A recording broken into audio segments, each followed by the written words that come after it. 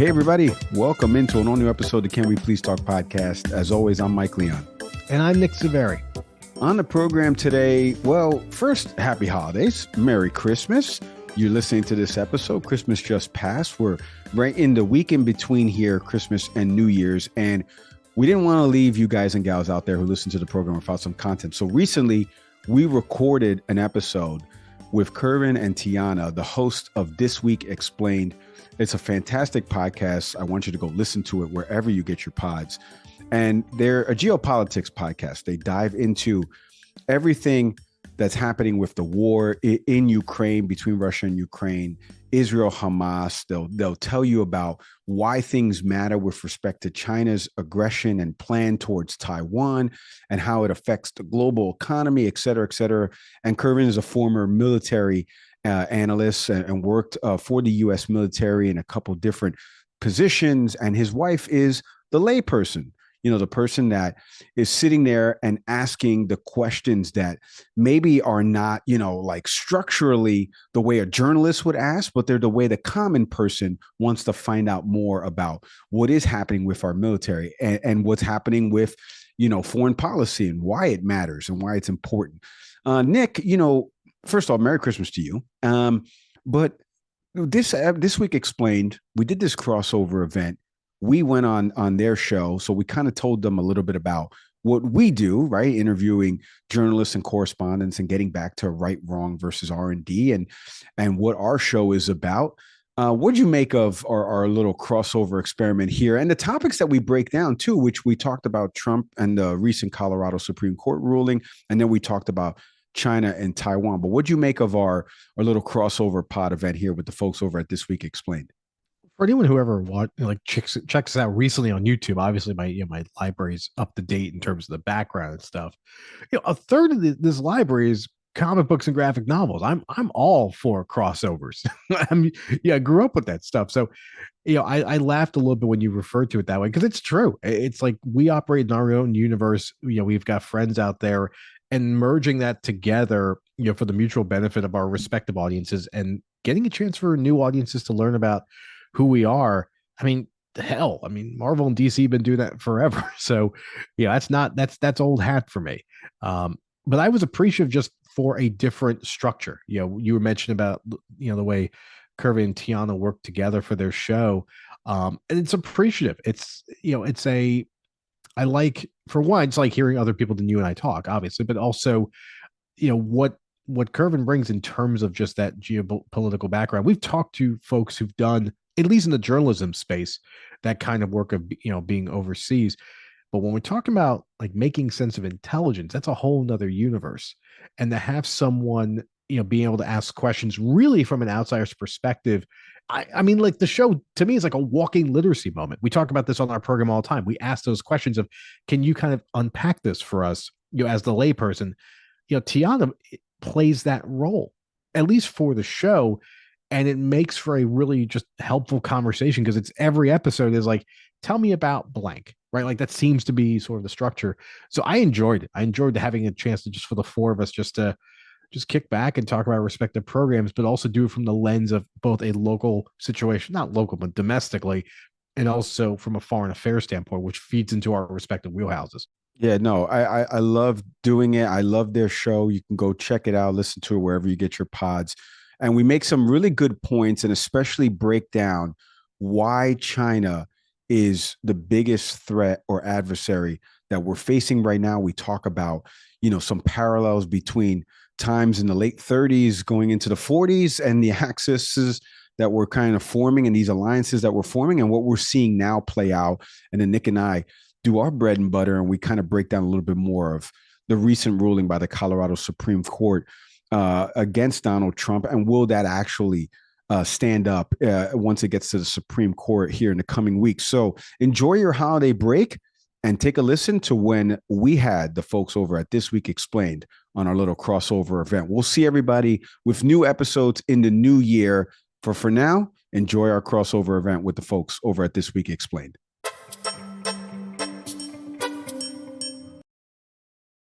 All right, we are joined with the host of This Week Explained, Kervin and Tianna. My co-host Nick Saveri is here. Good to see you guys. Hey, Mike, thank you so much for having us on. This is super exciting for our podcast. I hope it's exciting for you guys, and I know we're going to bring some awesome stuff to the audience today. Well, we're gonna try. Yeah. Right. We're gonna try. Exactly. We are going to Don't. try. Tianna, it's good. It's good to meet you. I always hear your voice on these episodes. I was telling Nick, and we're going to get into each other's shows, but what I Right. love about you guys' show is you play this. Well, you don't play. You are this layperson on the show, so you kind of ask questions that are very novice based, where like somebody that could be watching it on TV goes, "Hey, can I ask you a question? This may be done." Like that's a really good quality to have because I feel like people are doing that already on their television sets. What do you think? Well, I mean, we want to make geopolitics more accessible to people who may not have, somebody in the military they can speak to, or somebody who doesn't have a geopolitics background. And so, I mean, I obviously don't have that like Kervin has. So I do ask those questions. They are just natural. They kind of come to me. I like having as much detail as possible. And it's important for us that everybody understand. We try to simplify things so it's easier for like the regular, like you said, the layperson to understand what's going on in the world. And that's what I appreciate about it. Kervin, why don't you let's stay on the track. Let's introduce each other's shows to the audiences that are listening. This is the first time we're going to do this on each of our respective RSS feeds. So, Kervin, Tianna, why don't you guys explain this week explained what you guys do, what the show's about, Kervin, your background, go into it extensively because we've had you on the pod before, but obviously give us your history working with and alongside the U.S. military. Yeah, thank you. Thank you for letting me do that, Mike. Yeah, so that's where it all started, right? That's where This Week Explained started. It started about 18 years ago when I got a message while I was in Iraq. I was deployed to Iraq, and a beautiful, beautiful woman. I'm going to be Trump here. I'm going to do a Trump statement here. Just beautiful, gorgeous, gorgeous woman messaged me, and we had some similar friends, and we started a relationship. And that was 2004, 2005 timeframe. And so that's where it all started. I was in the military. Tianna will speak more to this about how she was not ready to be in a relationship with someone in the military because of all the deployments and because of reactions that military personnel would have, or is portrayed to have in the media. And we developed that relationship, and we got married. And from that marriage, we went out to Monterey. I studied Arabic, and I don't know if she really understood what she was getting herself into, because if she really did, I would have said, do not marry this guy. Because through the first 10 years of our marriage, I was home for maybe 5 to 6 months of that whole 10 years. And we'll get into a lot of that. There's some just great stories that we could tell about that. And that's how This Week Explained all started. Starting with going out to the Defense Language Institute in Monterey, California. I'd love Tianna to talk about this entire situation with the Army, because we uprooted an entire family. We got married, and she's pregnant at the time. And we just uprooted the entire family and moved to California so that I could study Arabic for the Army. And I know she would tell you that I don't know if she was prepared for that, for the move that we did in a U-Haul from New Orleans, Louisiana to Monterey, California. I mean, I wouldn't say This Week Explained got started back then, honestly. I would say it kind of grew out of both of our fathers loved geopolitics. They loved talking to us about, their stances on things, and they started becoming very ill. And so we started discussing with them, possibly starting a podcast, and they were all for it. They were very supportive of it. But when COVID happened, we kind of put it on the back burner. And as our fathers wound up passing away in the same year, and in order to process that grief, I think we needed that outlet, and we needed something. Well, I know this doesn't have anything to do with geopolitics, but I really think that was what pushed us into finally stepping into podcasting, was that grief.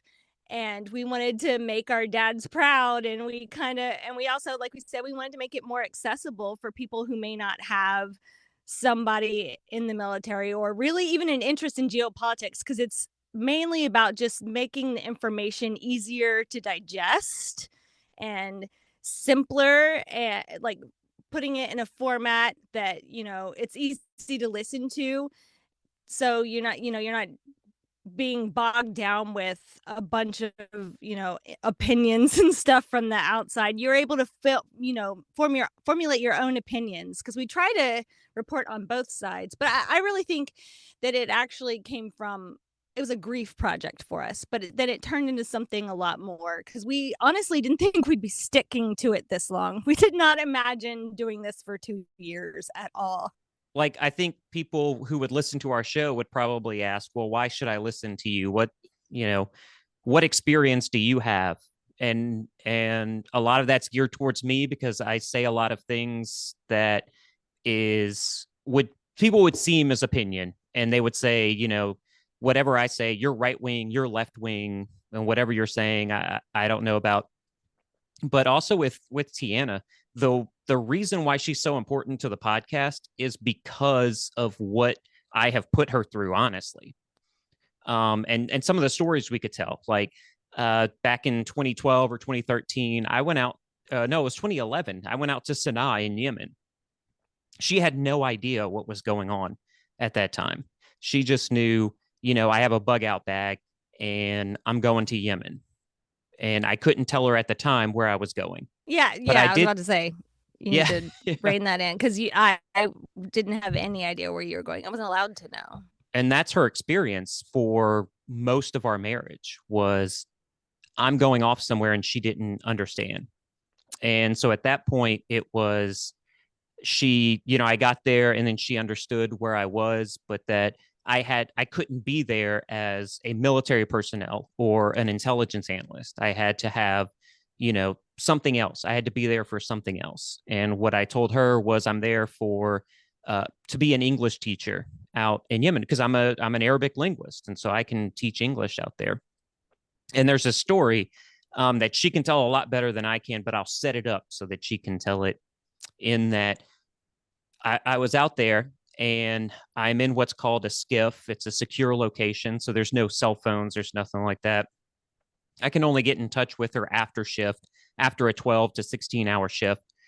And all of a sudden, she gets a message from a friend about something that's going on in Yemen. And I'm setting her up to tell this story about why I think she's so important to asking the questions and trying to identify what's actually happening on the ground in all of these geopolitical situations. So, yeah, I got a message from a friend. And she just casually texted me, and she was like, "So, how's Kervin doing?" And I, completely oblivious, I responded to her. I was like, "He's fine, I guess. I mean, I haven't really heard from him in a few days, but I think he's fine." And she's like, "Are you sure?" And I was like, "Yeah, I'm pretty sure he's fine. Last I spoke to him, he said he was just gonna, go to work the next day, and but he said that he was gonna be out of contact." And at the time, I just thought she wanted to know how he was doing, but it turned out her husband had found out that an Arabic linguist who went to Yemen to teach English to people had been kidnapped and, I believe, beheaded. And Yeah, he was beheaded. yeah, and he thought that it was Kervin, since that was his whole cover to get into Wow. Yemen. And he was like, you need to just text her and find out what's going on. And but luckily everything was fine, obviously, Clearly. obviously. Yeah, I'm still here. Oh, Hi, guys. I gotta stop But- here. Yeah. Yeah. This is what happens when you have meddlesome friends, right? Yeah. Like who hits you up and says, "Hey, so how are things?" Like that's the kind of thing. Like if Kervin's like having tea with like another woman or something, like what's up with that? No, if there's a possibility of your husband may have been like mutilated, there's a different way to sort of segue into that. I'm having some issues with how this friend tries to, Gladys Kravitz herself into this conversation. That's all I'm saying. I agree. Lead with, don't bury the lead. I mean, his head would have been chopped off. Ask that. Get to it already, right? So Yeah, obviously, I wouldn't have wanted to find out from them. That Right. would have been less than ideal. But I think. Oh, it but was wait, because- this isn't the last. This isn't the last time that I've done this to Tianna. Well, I mean, we don't need to get into all that right now. We need I like, that later. like Kervin like laughing about it. It's like this is Yeah. that's like It's funny that's now. a hard thing. It's hard. It's fair enough. right. Well, it's funny because I can relate because my brother-in-law is in the military right now. I can't tell you where he's stationed, but he just got back for the holidays. We're taping this obviously around the holidays. So Merry Christmas, Happy New Year to everybody who's listening to this. But it's very relatable. My sister goes through the same thing. She lives in Texas right now. And so kind of knowing where he is, talking to him late nights, she'll appreciate it. She doesn't listen to my show that much. She says she doesn't follow politics. My ass. Loretta, if you're listening, tune into this one. But it's very relatable for me because I know she's going through it. And that's kind of what I appreciate about the show. It's very, not only family oriented, but it's also like your background, and it ties into our show with subject matter experts, right? Like listening to people who have done it before. You don't go get your oil change from your buddy who works at the deli just because he happens to know. Well, you could get your oil change for cheaper. You know what I mean? You don't have him look at your car because he happens to know how to change oil.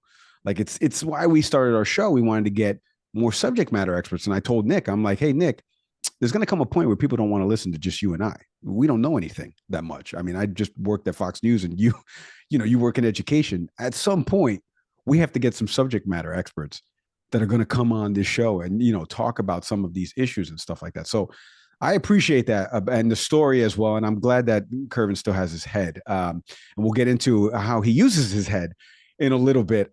What I really wanted to say was for Tianna and I, there's no other married couple who has an intelligence analyst and a layperson who just go back and forth. There's no one else like you two, Mike and Nick, that just go at it with each other. And then you can go off air and talk and be like, that was awesome. That was great. That's what's so good about it. Those are the conversations that we need to be having. We have reached a point in the United States where all of our arguments are destroying families. They're destroying friendships. And you don't have to have the arguments. You can have separate opinions about things. That's what I love about your show. So that's the bottom line. What we say in the Intel community is put the bottom line up front, and I didn't do it. I did it at the end here. But you guys just have conversations. Conversations are important. Tianna and I have conversations. We have conversations on the podcast. We have conversations, just the two of us, and we don't always agree.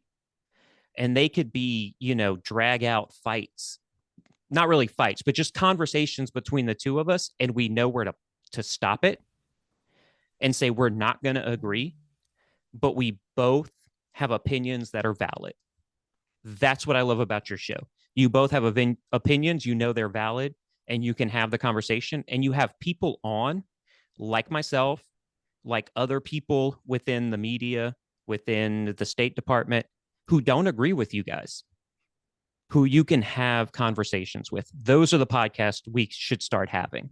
Well, listen, it makes for a great podcast. I'm sorry about both of your fathers and that backstory. And I'm glad that something good came out of the pandemic.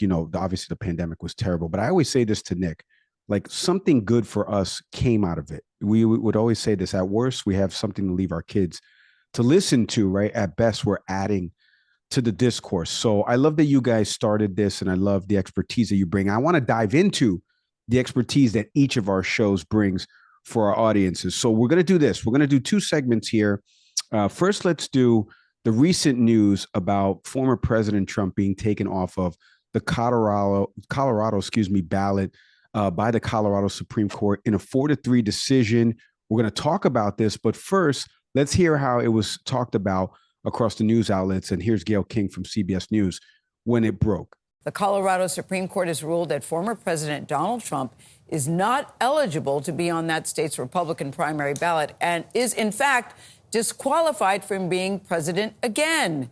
In a 4-3 decision, the court ruled that Donald Trump violated the U.S. Constitution by inciting the mob that attacked the Capitol on January 6th. I love, as that sounds playing, Nick is texting me about Oprah Winfrey's best friend being a journalist. We're going to move on from that. I'm a hater. And you see Kervin nodding his head. He is sorry, a hater. I'm not going to let it go, what she did with Kobe's passing. That was a stupid question. Okay, Mr. Saveri, we leave it there. I do want to read something for you guys from the actual decision itself. So this was actually in the written decision. It's 213 pages. You can go find it anywhere. I found it on npr.org. More than 3 months ago, a group of Colorado electors eligible to vote in the Republican presidential primary, both registered Republican and unaffiliated voters, filed a lengthy petition in the district court for the city and the county of Denver, asking the court to rule that former President Donald John Trump may not appear on the Colorado Republican primary ballot.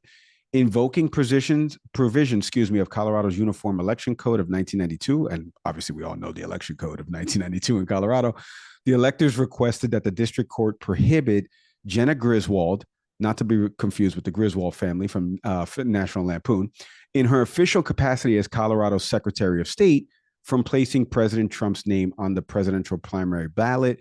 They claim Section 3 of the 14th Amendment of the U.S. Constitution, we're going to get into all of that, disqualified the president from seeking presidency.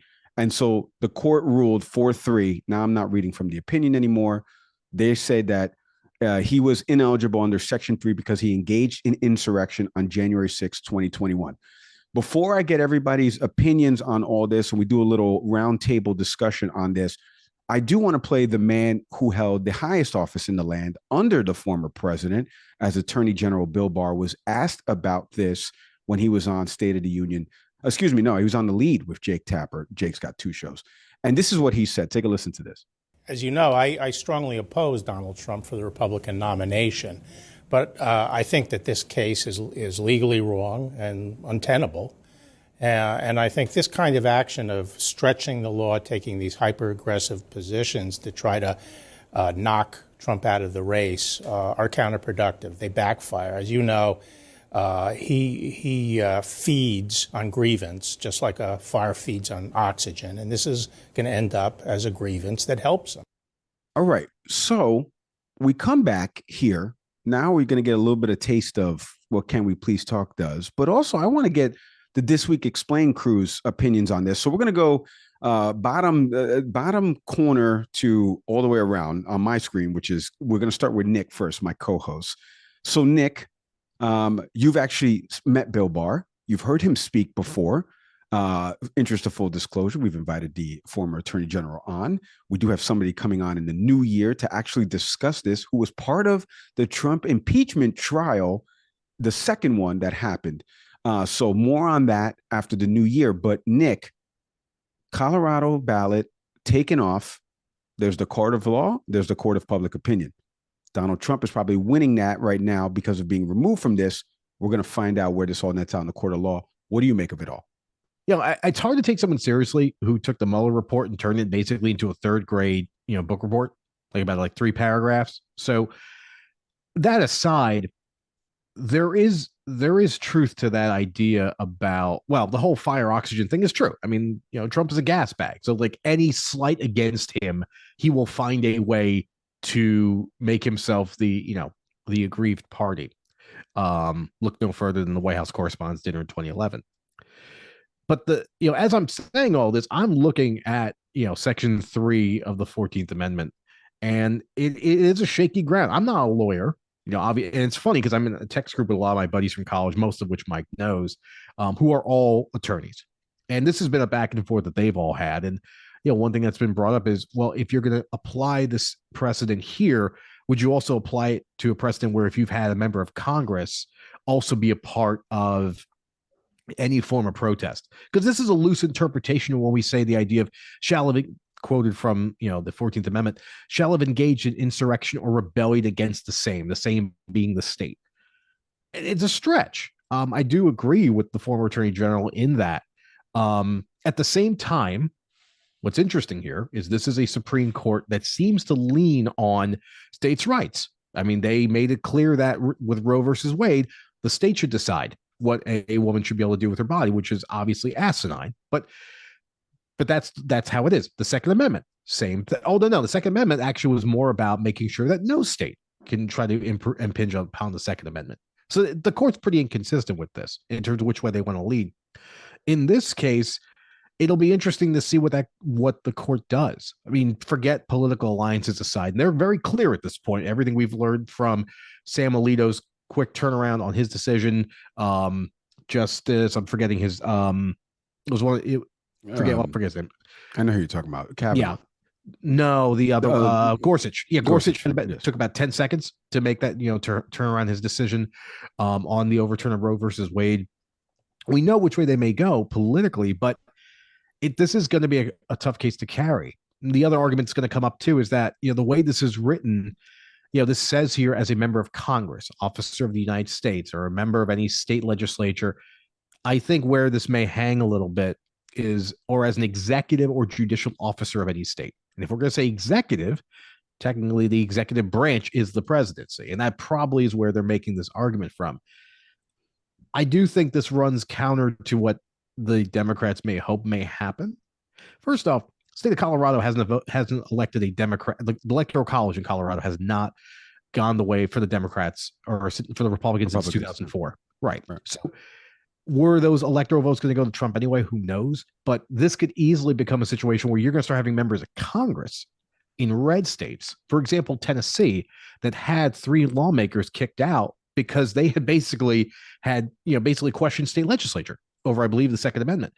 According to this, if this precedent holds, you could start having states like Tennessee or any Republican-leaning state start using this to throw out members of their own state legislature or even their own member of Congress. And I think that's where this gets really sticky. Yeah, I tend to agree with that. Before I turn to the hosts of This Week Explained and get your thoughts on it, TV mic here. I'm going to put my TV hat on, okay? This is what you have to do here, folks, when you go on TV. You have to play very umpire, right? You got to call balls and strikes, okay? So I wouldn't say this on TV. I didn't vote for the former president, right? In either 2016 or 2020. You may be able to glean that a little bit. Doesn't matter. But what I do know is that it is wrong to do this and overturn a lower court's decision because the lower court wasn't able to say that he actually committed this. And he's not charged with this from Jack Smith's investigation and charges that came from that. He's not actually charged with insurrection. So saying that he participated in it, even though he's not charged with it or found guilty of it, that they shouldn't be ruling on something that hasn't happened. I think it's very unfair to do this, and it sets a bad precedent. Let the voters decide at the ballot box. And let the courts continue with his trials and figure out where that plays out. Kervin, you've been nodding your head. This is very important here. We've got to figure out.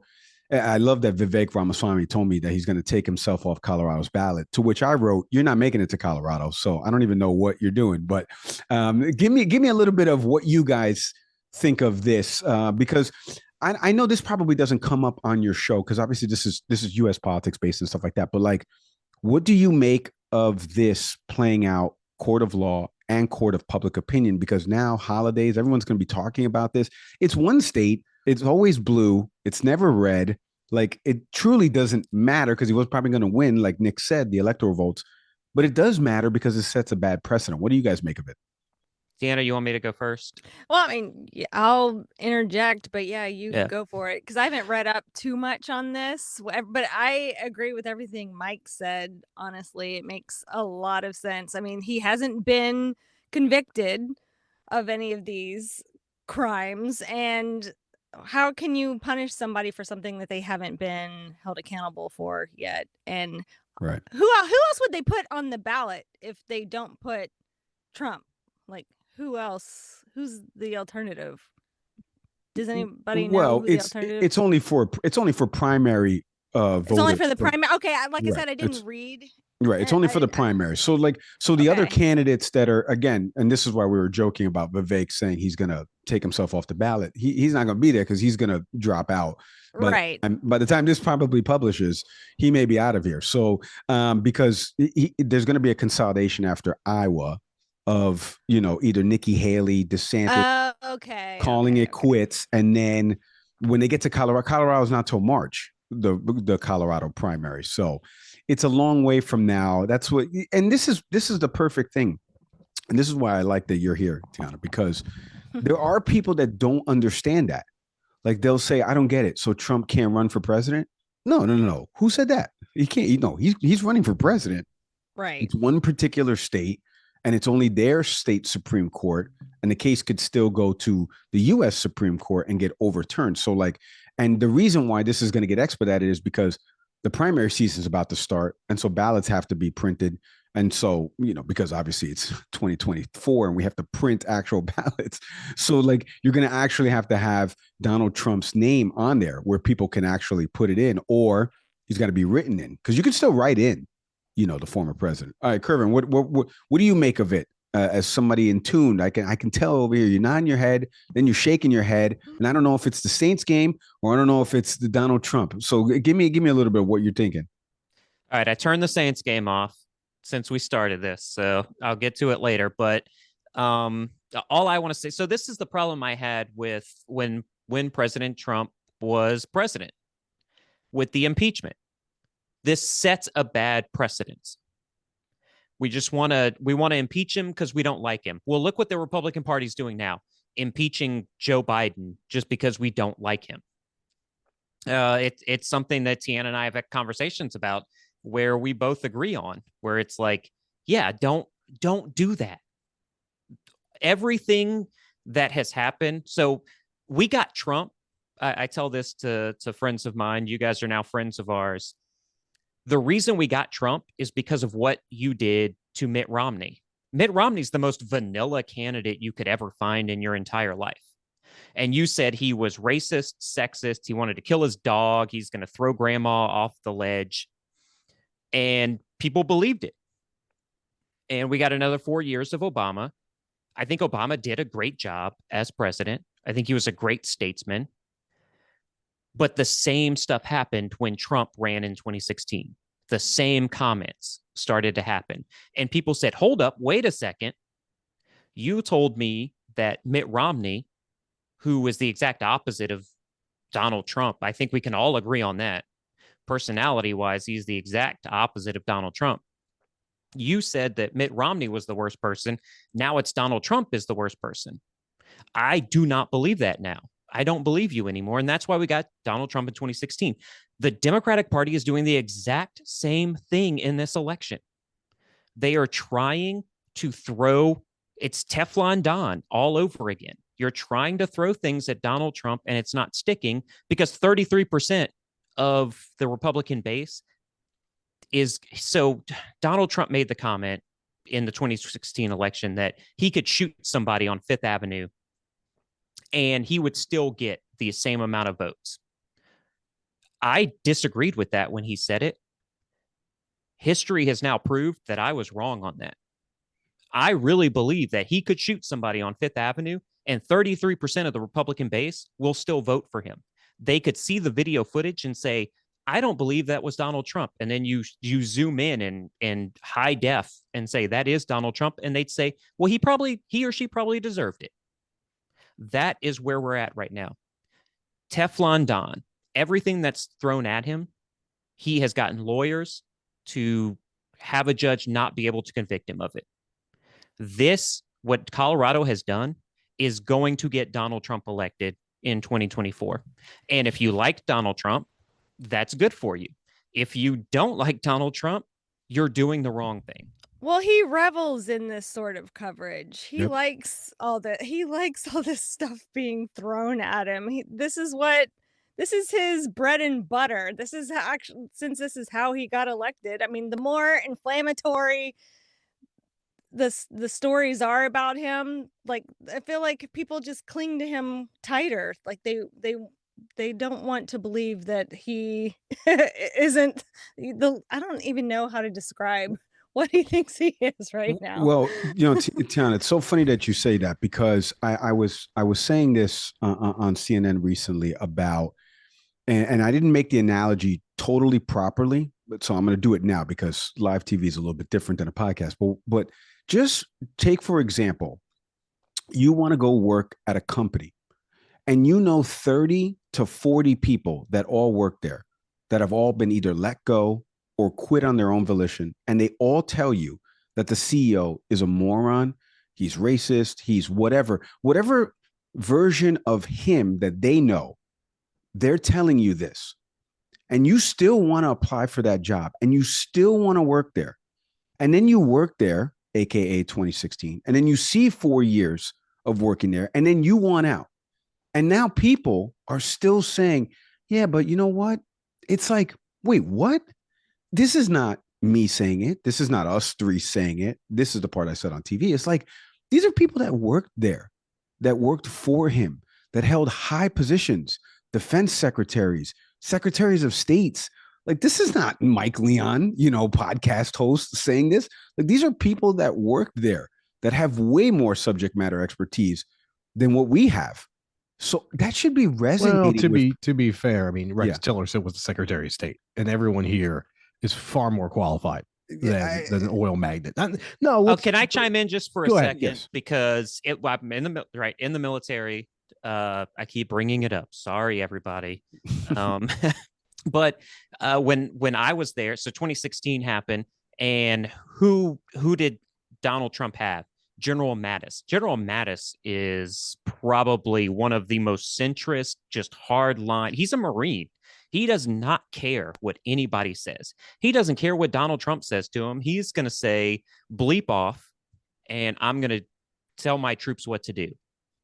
I remember when Mattis was promoted, every single person said Saint Mattis. They had pictures with Mattis with a halo over his head. He was the guy. And then he pissed Trump off. And all of those pictures got taken off. And they said, the same people that promoted General Mattis, listen, General Mattis is just General Mattis. He does not care. He does not give a bleep what you think about him. But those same people took those pictures off and they said, well, General Mattis is a liberal snowflake. He's a left-wing nut job. That is not true. But that is what I always put it up. 33% of the Republican voting base, that's what they will say without any fact, without any logic. And I'm not right-wing or left-wing. I am very much centrist. I do not like either one of the candidates who are going to be put up for the presidential candidacy. I'm politically homeless. I think Tianna feels the same way. Last election, our votes didn't even get counted in the last election. We mailed them in. And in Virginia, if you mail it in, you can track your voting. It did not get put up there. So we didn't even get a vote in 2020. Wow.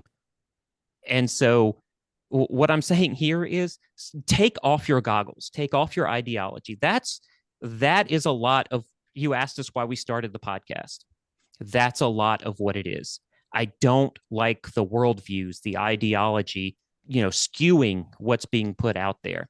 Because in intelligence, extremism on both sides. There is left-wing and right-wing extremism, and it's killing this country. That's why I love the show. That's why we're doing this. You know what?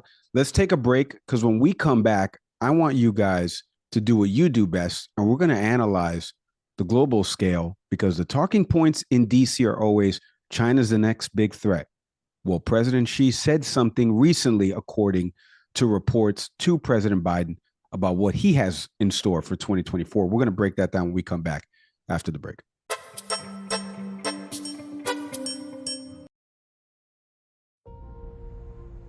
This episode of the Can We Please Talk podcast is presented by our friends over at BetterHelp. If you're thinking of starting therapy this holiday season, I want you to give BetterHelp a try.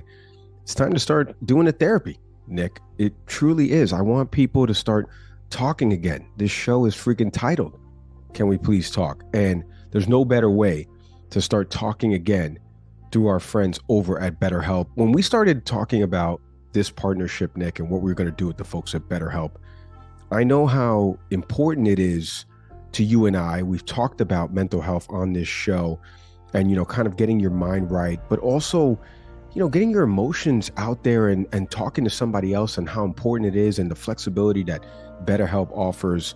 What do you make of our partnership with the good friends over at BetterHelp? I mean, partnership aside, one, it's a trusted brand. When we think about, for anyone that's pursuing therapy in a virtual setting, BetterHelp is the leader in that. Like, it's the company you think about if you decide to pursue mental health in a virtual space, because they know what they're doing, right? And again, we talk about this all the time. We talk to people who know what they're talking about. We partner with people who know what they're doing. We talk about health here all the time on this show. We just wrapped up the month of November, which is, Men's Health Month. Much like your body, your mind is just as important to take care of. So we can't advocate enough on this show. Pursue mental health and pursue BetterHelp. That's right. And listen, it gets even less expensive through the partnership that we're doing with them. If you go to betterhelp.com/canwepleasetalk right now, you're going to get 10% off your first month. I want us all to start talking again. There's nobody better that's helping us accelerate that than the good folks over at BetterHelp. Head to betterhelp.com/canwepleasetalk to get started today.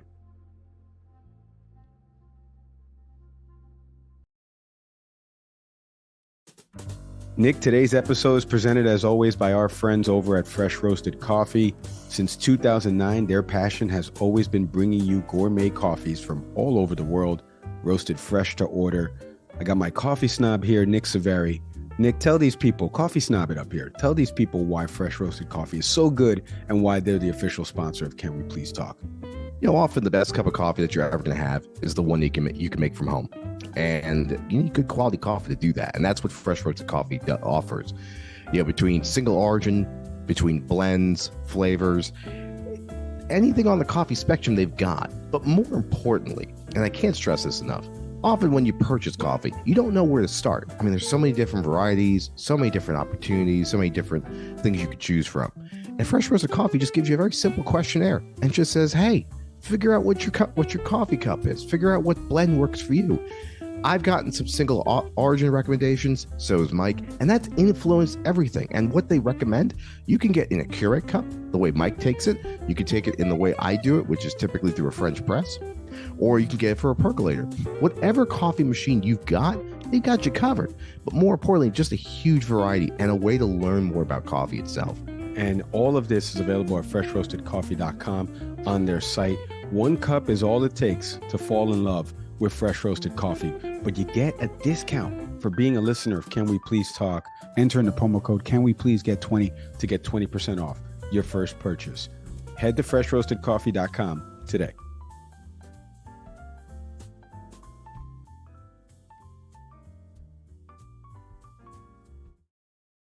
All right, now we're going to break down the recent comments by President Xi to President Biden recently when they did their joint summit back in San Francisco a few weeks back.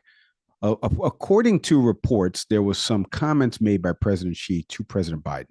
I'm going to turn it over to Tianna because this is the focus of you guys' podcast. So I want to turn it over to you guys, and we'll play the listener role here and kind of ask the questions to the military analyst here. So go ahead, Tianna. Okay, well, I think the major event, obviously, over the last couple months was the Biden-Xi summit in San Francisco. And now we are getting reports that during that summit, Chinese leader Xi Jinping told U.S. President Joe Biden not to get in the way because China is going to reunify Taiwan, whether through peace or by force. And that is a huge report. And I'm sure it will not help the U.S.-China relations that are already Look, I know a fair amount about foreign policy. I have more experience than any president's ever had. Doesn't mean I'm good or bad. Just I know these heads of state. It's a small world. It's getting smaller and smaller. Yeah. And for example, China's a competitor, but I have a relationship with Xi Jinping. I've spent more time with him than any world leader ever has. Just because when I was vice president, Barack wanted me to get to know him because it wasn't appropriate for a president to spend time with him but we knew he was going to be the president. He's a very tough, smart guy, but he's got enormous problems. And so, for example, when I put together the Quad, India, Japan, Australia, and the United States, he said, "You're trying to surround me." I'm not trying to surround you. I said, "We're just not going to let you change the dynamic of world rules." So whether it's international airspace or whether it's sea space. They said, "Well, I didn't write them." I said, "Well, that's what they are. We're not going to change them." So many parts are moving that there's an opportunity to realign the world in a way that is less likely to result in war. So I wanted to ask you, Kervin, how do you view this event through the lens of geopolitics? Oh, so let me say what I'll make about Joe Biden. So the beginning of that sounded a lot like myself. You know, a lot of years of experience. I know this stuff, so I know what I'm talking about. But honestly, how I feel about Joe Biden, I don't know if he remembers what happened yesterday. So during the summit, you know, or I would say after the summit, Xi Jinping made a what I would say, very much a dig at Joe Biden. He made this comment that got a little bit of play in the media. He said, "Oh, I remember." Yeah, just as Joe Biden said, he knows when Barack Obama told him to go talk to Xi Jinping because he's not the president yet, but he's going to be the president. I think Xi made a little dig at Biden and said, I actually remember those conversations. I've thought about them long and hard," meaning I don't know that Biden actually remembers those conversations. And that is Xi Jinping. He's very charismatic. He is a very diplomatic, presidential person on the global stage. And so Tianna asked the question about how is this event is viewed through the lens of geopolitics in Chinese relations. Well, Xi just said the quiet part out loud. You know, we all know this is coming. We know what China's going to do. What we don't know right now is how it's all going to play out. I know from personal experience and the work that I still do as a consultant that the U.S. and its allies are wargaming this entire scenario, the Chinese problem. The fact of the matter is that the U.S., as it stands today, we're not going to sit back. The U.S., with the administration that's happening right now, if Xi were to invade today, we're not sitting back. We're not going to allow these aggressive actions from China. There's just not a lot that we know about the future of Taiwan. We don't know what's happening. So it's tough for me to make a prediction on how it's all going to play out. I say this all the time. Humans, as much as we want to say that we understand humans and human nature, we don't. We don't understand how humans are going to react to certain situations. So it's tough to make a prediction there. I want to say that Taiwan is going to go through elections in January. And that is going to be a key date for Xi Jinping. That's going to be a key date for the entire world. Kervin, what is Taiwan's value to China? Oh, there's a ton of value. So the main value for China is, well, first of all, it's a global view that China's untouchable. No matter what happens, they can do whatever they want. The second thing is so everything that we have, your cell phones, your computers, your laptops, the chips that are made to create these devices, that is created exclusively right now within Taiwan. So China's made a big push for Africa because they want to pull the resources from Africa, pull all of those things that create the chips, but they need a manufacturing point. Taiwan is that manufacturing point right now. And that's the biggest key for China to reunify with Taiwan.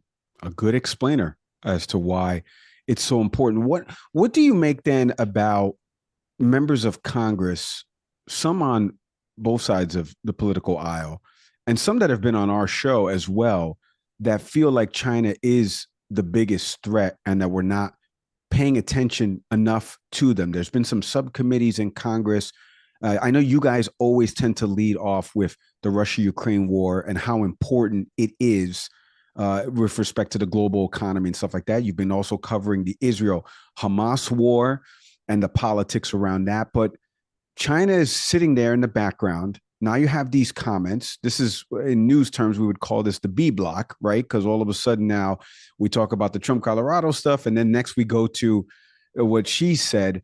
Like, what do you make of China being this? Are they this big boogeyman enemy, as everyone's making them out to be? Like, obviously they're a competing superpower. Like, what do you make of it all? Yeah. So, I mean, I have continued to talk about China as the biggest adversary, and there's a reason for that. The reason is because China views the U.S. as their biggest adversary, which means the U.S. believes that China is their biggest adversary. Now, it was when Obama was president, 2012, even before 2012. If you remember, there was that conversation that that Barack Obama had where he didn't know it was a hot mic conversation where he said, "Hey, I'm going through a re-election," and this was Russia, right? This was the same thing that Mitt Romney said. Russia is the biggest threat to the U.S. That's all shifted. Russia is a threat to the U.S. It's a threat to the West, but China has now positioned themselves as the biggest threat to the U.S. Every exercise that I consult on, the threat that we are looking at is China.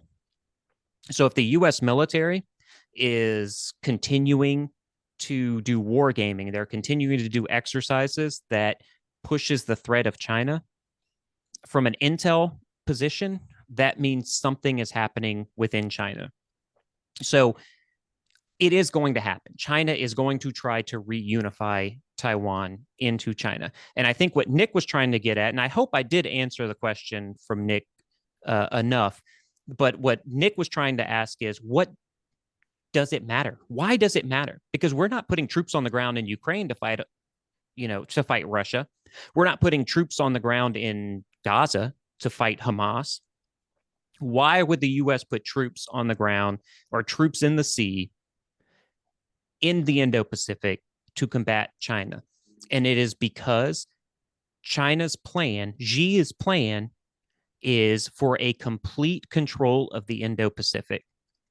And so you have countries, think of the Indo-Pacific. There are some major economies within the Indo-Pacific: Japan, South Korea, Australia, our friends in New Zealand. These are all economic players who have done imports and exports with China. They were friendly with China. And now that they're seeing China's being a little too aggressive, they want to take Taiwan. They're not going to stop there. They've already had plans with Vietnam.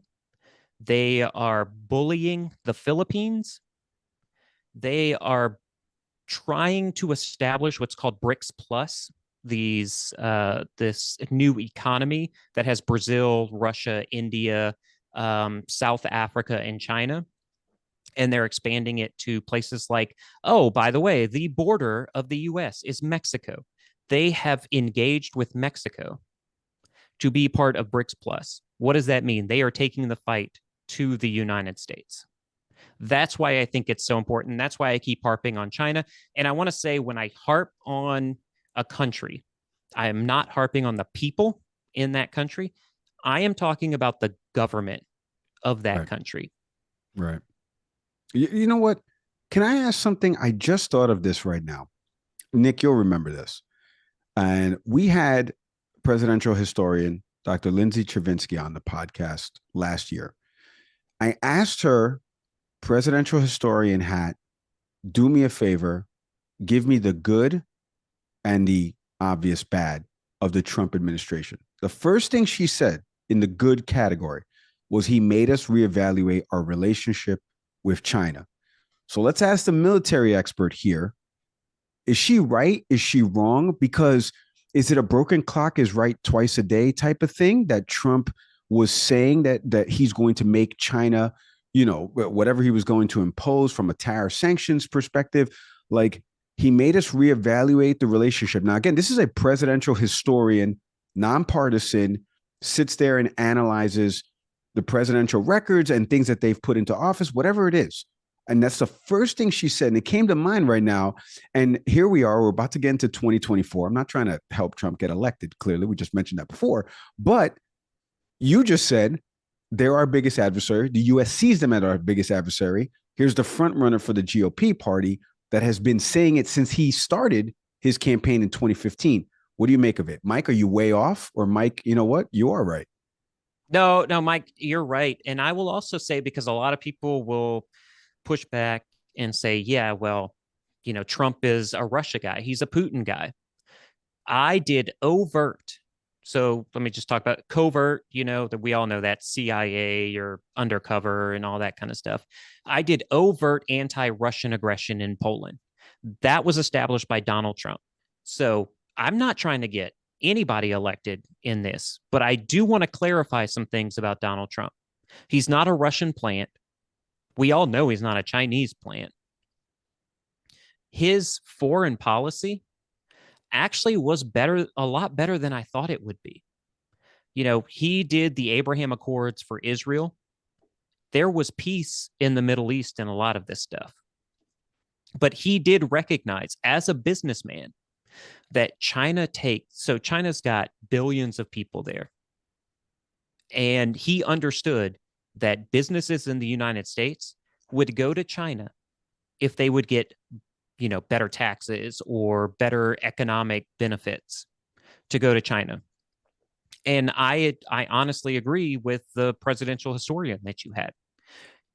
His reactions towards China was viewed from the Democratic Party as racism and as, he just wants to be a dictator and this kind of stuff. He was right about China. And he knew that because he was getting those intel reports. That's why I think an unbiased intelligence analysis is so important. He was getting those reports from the CIA, from the DIA, that, listen, Xi Jinping is he's got it all started with a 2040 plan. There was so the year 2040 was the reunification plan for Xi Jinping. By 2019, that was moved to 2030. By 2022, that was moved to 2025. As it stands right now, my analysis, my prediction is a reunification of Taiwan, or a attempt to reunify Taiwan into China by 2027. Think about where we are right now, 2023. 2027 is very close. And President Joe Biden and former President Donald Trump understands the issue. China is the biggest major adversary for the United States. Well, let's just get right into the wargaming conversation, because you have been involved in some of these exercises and the war games several times. Whenever you go off and you travel, that's what you're doing, is you're wargaming. So first, are you at liberty to say which side wins during these war games? Because I know you've never told me the result in any of them. So explain it too, for audience, because what is a wargaming besides me and Nick playing Risk now and then back in college? It reminds me of that Matthew Broderick movie, War Games. I love that movie. Yeah, which was a Russian-based, right? So Russia was the big enemy. That was the Cold War, and now it's China.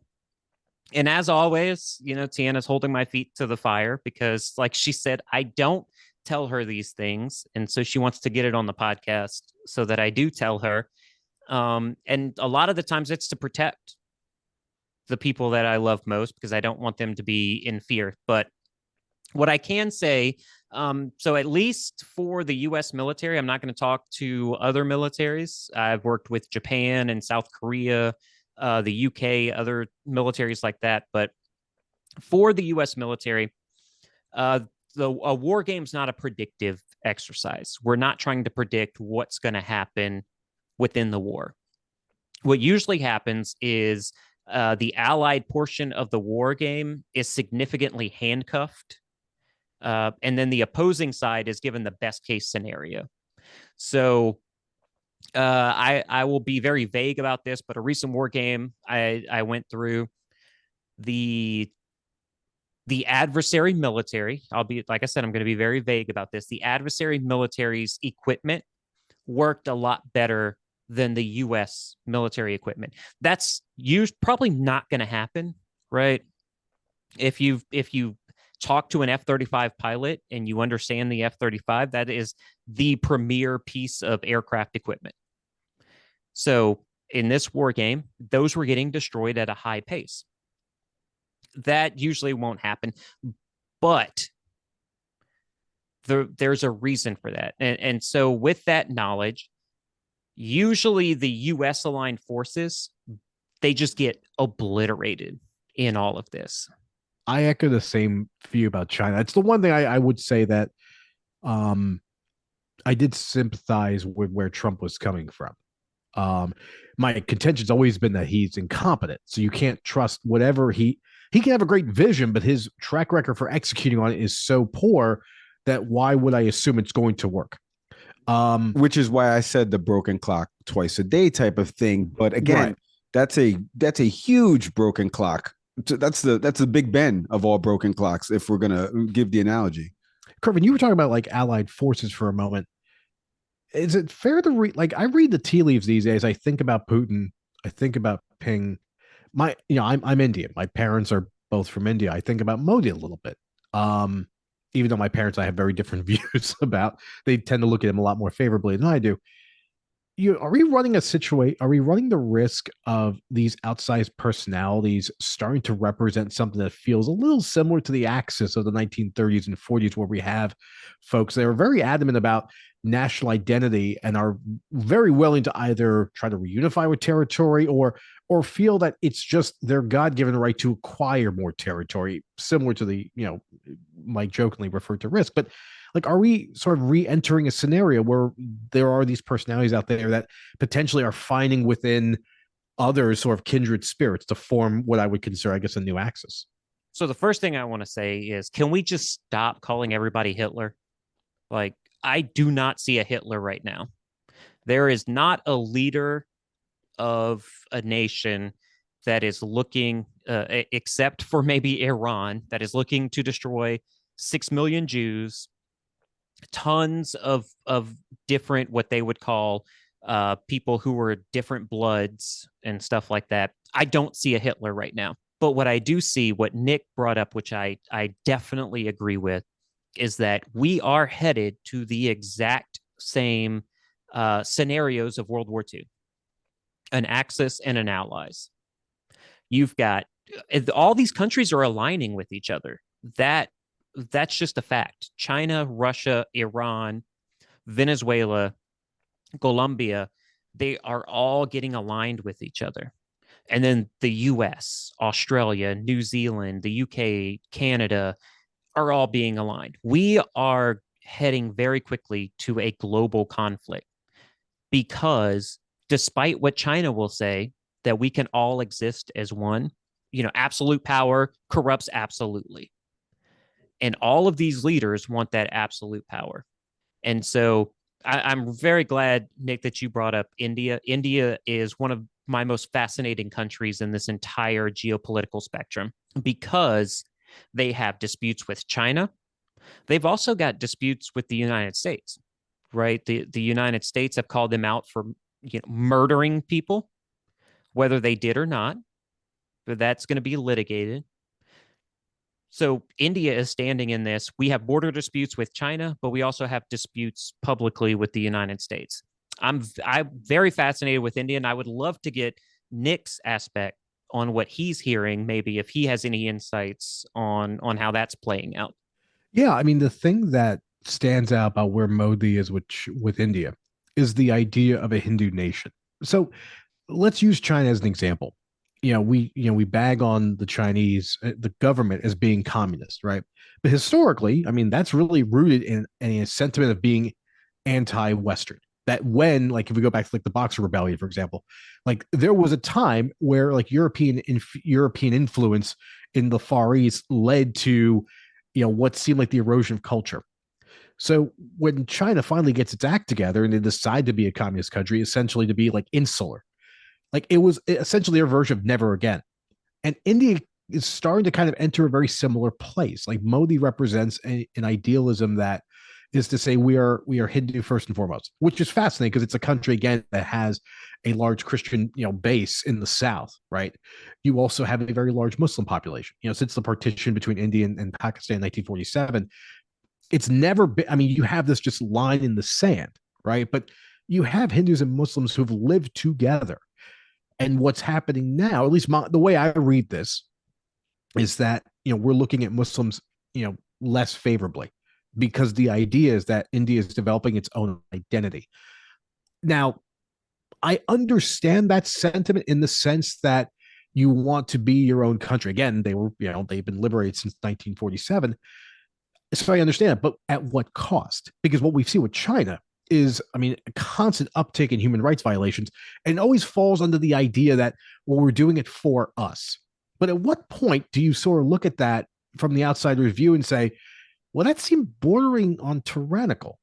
Now, what's amazing with Modi is that we're not at any place where the elections are telling us that he's losing ground. It's fascinating to me because previous leaders in that country, they tend to be not necessarily westernized, but there's more of an emphasis around democracy, around the rule of people, around like having a government in place. Modi's a populist, and populists tend to be the people who tend to sell you on the lie of, well, I do this for the people.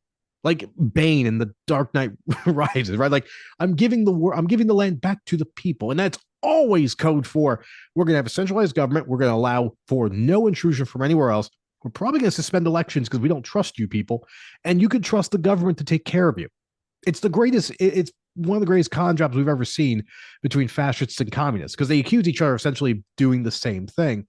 And I'm not saying that India is heading in that direction, but I'm always a little nervous when I hear of a country that's trying to strive for an identity that's tied into sort of like ethnogeography. I'm not excited about a perspective of that we are proud to be this, because India, at least part of it for me, was that like you were the great experiment, like as a non-white country to establish a strong democracy, to come out of the shadow of Great Britain. Like this was the hope. To say instead that we're going to really double down and really establish our identity, there is a cost to this. Well, listen, I can do my Bane impression right now if you guys want me to do it. So we give it back to you, the people of Gotham. It's a very good impression. And I did, while all of this is taking place, because we're going to be signing off here. This has been fantastic to hear, Kervin, your expertise. We've deferred to you a lot on it. Tianna, I love the way you get into these questions and ask this layperson view, this person sitting on the couch. By the way, it's very similar to my wife.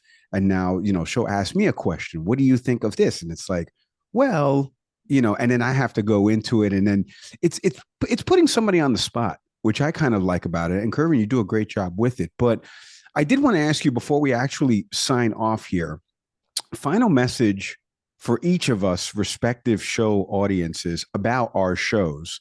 What is something that you would want to impart to the folks out there why they should listen to This Week Explained? And then we'll go after you guys. Tianna's pointing. She wants me to go first on this one. And I will bring it back to when, Mike, you had me on and you asked me, why is it important? Why is geopolitics important? And I said, well, first of all, it's a national security thing. But if you're not worried about national security and you're worried about your pocketbooks, geopolitics affects your pocketbooks. And that has played out since we did that episode. Look at the Red Sea. Look at what is going on with the Houthis in Yemen. They are destroying container ships. They are rerouting container ships. That's an issue.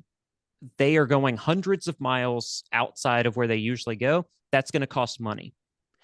If it costs the business money, if it costs the corporation money, it's going to cost you, the layperson, the regular. Look, listen, me. I go to the grocery store and I know what it costs. I know what it cost a year ago and I know what it costs today to buy eggs, milk, all of that stuff. Geopolitics matters. And so, yes, listen to This Week Explained. I know we only do it once a week, but I do think that we wrap everything up in a concise manner, and that we give you all the information over the weekend that you can go to your job on a Monday morning and say, I know what you're saying, but I've heard from an expert.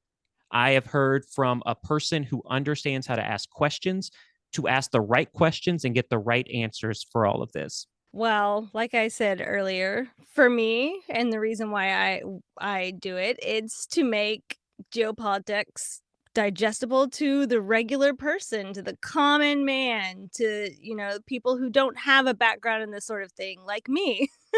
And I also like to have as much detail as possible. I like to hear reporting on both sides. We try not to, we give our opinions on our podcast. We don't shy away from that, but we do report on both sides so that our listeners can formulate their own opinions without us pushing a certain narrative upon them.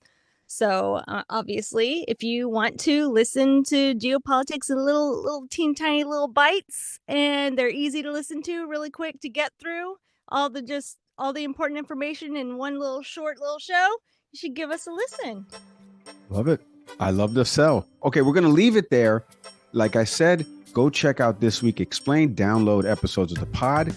If you're on the This Week Explained feed, please come listen to the Can We Please Talk podcast.